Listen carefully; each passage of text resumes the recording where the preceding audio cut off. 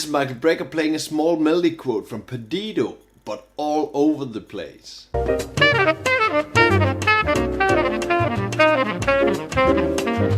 Joe Henderson was a true master in moving patterns. And moving patterns are so much a part of the modern jazz language, and Chris Potter masters this totally. What are we talking about here? We're talking about melodic moving patterns.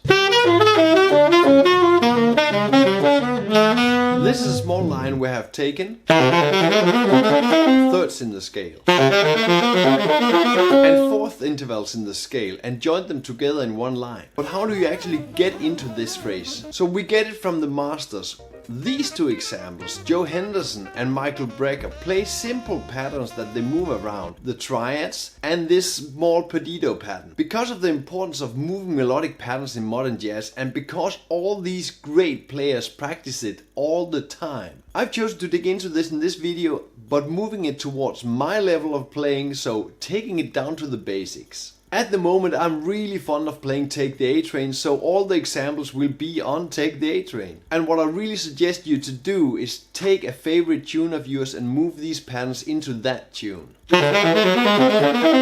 So I start with the simple thirds in the scale. And because we want to add all this material into the tunes we play, we need to move the exercise into the chords we play. You need to practice the patterns on all the chords in the tunes. I just played in D major. And here's the E7 sharp 11. So how to do this? Well, take a look at the chord scheme and find out the scales who's fitting, and then just add the patterns into the scale. So I have the D major, I have the E7 sharp 11, the E minor A7D is all D major scale. And now it can actually start the real training. So what we need to do is train these patterns in all ways imaginable. Train them ascending, train them descending. Because if you want to play these patterns in your music, you really need to know them so well. And also because you're adding them to your tunes, you need to know them in many more keys and in many different tempos, because suddenly you play 16 notes or suddenly you play in a different key or another chord.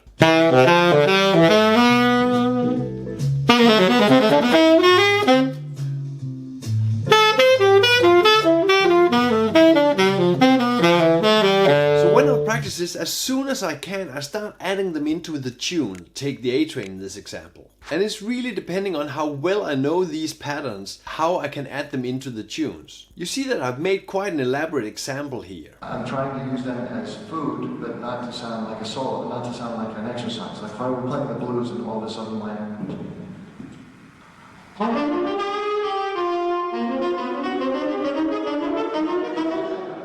Sounds really silly. Because I really do not want to sound like an exercise, like what Mike Brecker is saying. Still, it is an example where I'm kind of making it clear that I'm using the pattern, so it still sounds exercise-like. But I really do my best to try and move from the pattern, outside the pattern, moving into the pattern again, and then getting out of the pattern, using your own lines in between the patterns. I just said that you need to move away from the pattern.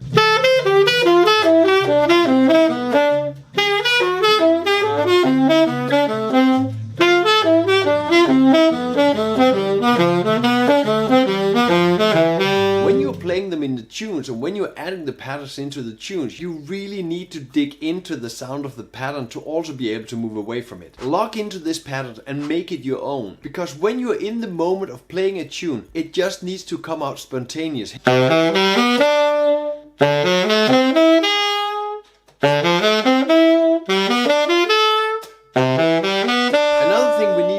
Make the pattern sound like the changes we are playing, so the progression we are playing. You do this by playing the pattern over the chords and making the target notes a part of your pattern. In the beginning, when you are playing the pattern like here, you need to be very clear about how you play the pattern and what chords you are playing, how you add the pattern to the chords, that it sounds like the chord system. When I play this more simple line, I really focus on hitting those target notes using the pattern. And it really becomes an exercise-like sound. Yes, an exercise-like sound, because you're adding the patterns directly onto the chords, not trying really to add more of yourself or your own lines. Major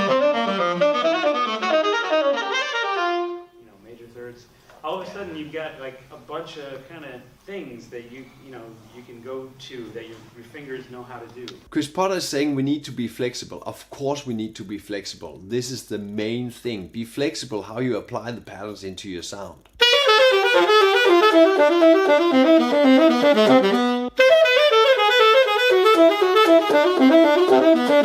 What I also mentioned in the beginning, play the patterns ascending, descending, turn them around, make any other exercise up that you can think of to turn the pattern around and be flexible. Like this, just playing the patterns down, but moving the pattern up. This is the thirds in the scale. In this earlier example, you see that I'm using other lines to spice up the pattern. And this really comes in handy when you move around the music. So you add a little pattern here, then you add some of your own stuff. In the lesson manual PDF on Patreon, I have added a lot of these patterns for you to practice, but I've also added a lot of lines that you can use, 251 lines, etc., that you can use directly into your playing. Added them with the patterns, but also moving in and out of the patterns. The lesson manual PDF on Patreon is supposed to give you inspiration to how you can make your own patterns, how you can make your own lines into the music. The lesson manual PDF link is in the description. Joe Henderson has an amazing way of using patterns in his playing. For example, Joe Henderson will play the arpeggios down the scale but in groupings of 3.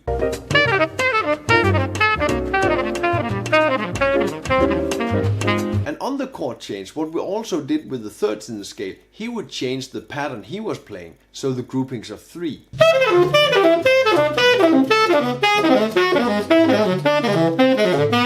This continuous moving sound amazing because it's a polyrhythmic movement over the bar line. How I would get this into my playing is playing slowly over the bar line with these groupings.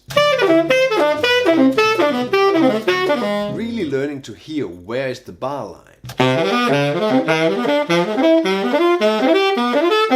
By practicing these arpeggio groupings in the scale, you can get a really good grip on how they fit into the form of the bar. And again, you really need to know this pattern fluently that you can easily add it into your playing. A very important thing when you're practicing these polyrhythmic patterns over the bar line is to know where the beats are, where the patterns are falling compared to the beats. Be aware of the beats in the bar, be aware of where the pattern starts, where it ends and where it crosses the bar line. In many of the example lines I've played until now, I've just copy-pasted the patterns, added a little bit here and there of other stuff, but not much. Both Chris Potter and Michael Brecker and of course Joe Henderson are much more creative than me. They are able to place these melodic patterns in whatever context, which also makes their playing very much more interesting. So when you start digging into the super flexible pattern use, you start to play the patterns in different ways, like when you practice them, and you really start to mix them up, not playing one bar, 2 bars of each pattern,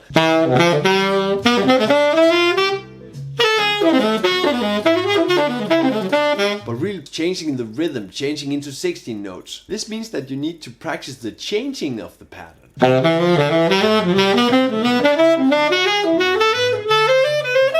Find new ways to play these patterns and train how to change them. Here move the third pattern up the scale, up the D major, and then into the E7 sharp 11. Another trick you can do is make groupings within the groupings. Here moving the Joe Henderson pattern, the arpeggio pattern, down.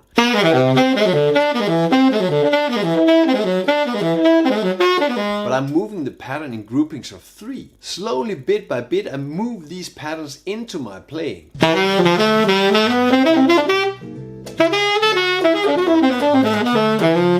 But here it's really clear that I use my own lines, adding the patterns into my own playing. I try to mix up the learned patterns and integrate this into the material I already know. I would really love for you to be able to integrate new patterns and have this pattern-like playing in your playing. And this is why I've added lots of these patterns and lots of ideas on how you can add these patterns into your playing, into different chord types. It's all in the lesson manual PDF on Patreon, which you can easily download. The link is right here. I want to present you to this video. It's about 10 scale patterns, how you can train these scale patterns and how you can get them into your playing. Dig into new ways to playing your scales, check out the video, play music, have fun.